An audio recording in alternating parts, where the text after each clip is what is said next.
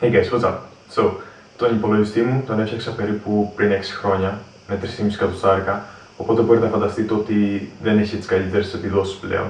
Γι' αυτό είπα να βάλω μερικά λεφτά στην άκρη και να φτιάξω ένα καινούριο σύστημα. Και αυτό στην ουσία έκανα, οπότε μάζεψα τα λεφτά, αγόρασα τα πράγματα και είπα να το κάνω ένα βίντεο, ένα PC build. Οπότε πάμε να σας δείξω τα κομμάτια που πήρα και θα κάνω και ένα γρήγορο μοντάζ του build. So, αυτά είναι τα κομμάτια. Έχω πάρει τα απολύτως βασικά, δεν έχω πάρει φανάκια, RGB ή κάτι έξτρα.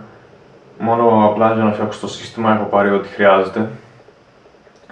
Και θα ξεκινήσουμε πρώτα από το βασικό, τον επεξεργαστή.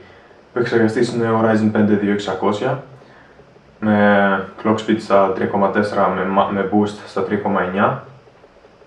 Και μπορώ να πω ότι για τα λεφτά του είναι η πιο καλή επιλογή που έχετε για budget gaming ή ό,τι άλλο θέλετε να κάνετε. Αυτή τη στιγμή ο επεξεργαστής είναι στα 130 ευρώ με 125, κάπου εκεί παίζει. Οπότε για τα λεφτά του παίρνει 6 πυρήνες, 12 threads και κάνει πάρα πολύ καλά τη δουλειά του. Μετά, μητρική έχουμε μια B450M της Oros GB. Έχει τα απολύτως βασικά πάνω, δεν είναι τίποτα ακριβό, θα κάνει τη δουλειά του. 4 DIMM slots έχει. Έχει ψύκτρα για το M2 που ήταν για αυτό ένα Plus. Και δεν έχει τίποτα γενικά το σπουδαίο. Απλά το πήρα πιο πολύ έτσι για να μου ταιριάξει το σύνολο. Το χρώμα, το θεματικό. Μετά κάρτα γραφικών. Radeon RX 570. Ό,τι καλύτερο μπορεί να πάρετε σε αυτά τα λεφτάκια για 1080p gaming αν θέλετε.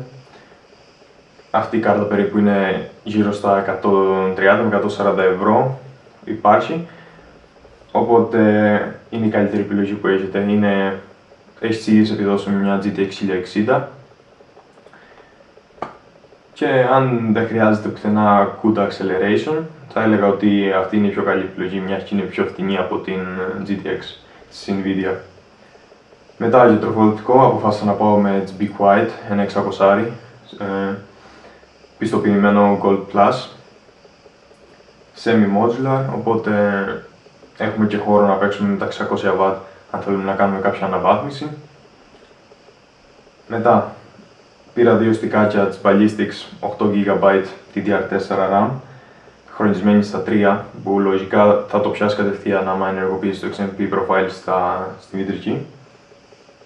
Και για αποθηκευτικό χώρο τώρα, Seagate Barracuda 2TB σκληρό. Και για SSD αποφάσισα να πάω με ένα M2, θα μπορούσα να πάω και με κάτι πιο φθηνό όπως ένα απλό SSD για SATA, με SATA σύνδεση. Αλλά για 20 ευρώ ήθελα να πάω με M2, μιας και έχουμε και αυτή την έξτρα ψύχτρα πάνω στην μητρική. Και οι επιδόσεις του είναι λίγο πολύ τρομερές από ό,τι φαίνεται στα χαρτιά τουλάχιστον, που από τις τα πιο πολλά βίντεο που έχω δει θα κάνει τρομερή δουλειά. Και το κουτί τελευταίο. Svantex Eclipse 350X, P350X, είναι περίπου στη μέση, παίζει με το P300 και P400, οπότε είναι ένα mid-range κουτί. Έχει λίγο RGB πάνω, έχει glass panel και έχει ένα πολύ ωραίο minimal design που μου άρεσε, γι' αυτό επέλεξα να το πάρω. Για όποιον σκοπεύει να κάνει αυτό το PC build, αναλόγως στις δουλειές που σκοπεύει να κάνει, θα πρότεινα κάποιες αλλαγές. Ας πούμε, μερικά πράγματα είναι λίγο τζιμπημένα, τα πλήρωσα λίγο παραπάνω, όπως ας πούμε SSD. Αν πάρεις καθαρά για gaming, αν θες καθαρά gaming PC, μπορείς απλά να ξεφορτωθείς το σκληρό και τον M2 SSD, να πάρεις 1TB SSD με 100 ευρώ. Αυτά συνολικά μου πήγανε 140 ευρώ, οπότε με 100 ευρώ παίρνεις 1TB SSD και είναι ακριβώς το ίδιο με M2. Μιλάμε για 1000 δευτερολέπτου διαφορά στο loading games.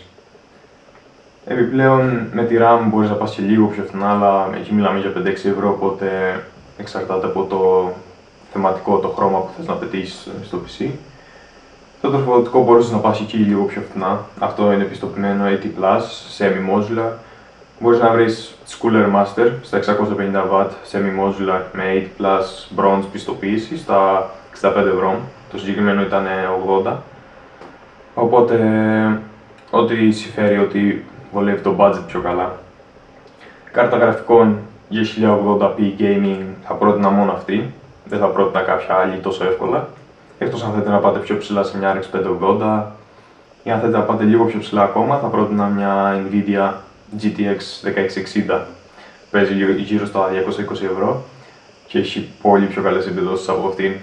Επιπλέον για μητρική θα έλεγα πως είναι αυτή το κομπλέ, είναι στη low end κατηγορία, δηλαδή δεν θα βρείτε πιο φθηνά πολύ πιο φθηνά από αυτή είναι γύρω στα 75 ευρώ, οι πιο φθηνές πάνε γύρω στα 50-60 ευρώ, οπότε μπορείτε να πάτε και λίγο πιο πάνω αν θέλετε μια MSI Mortar ή Tomahawk.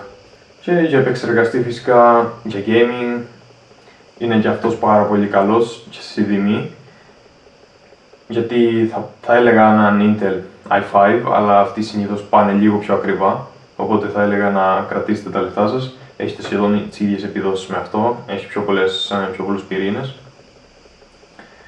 και θα κάνετε και εκτός gaming και ό,τι άλλη δουλειά θέλετε χωρίς πρόβλημα. Και το κουτί φυσικά είναι στα γούστα σας, μπορείτε να πάρετε ό,τι θέλετε.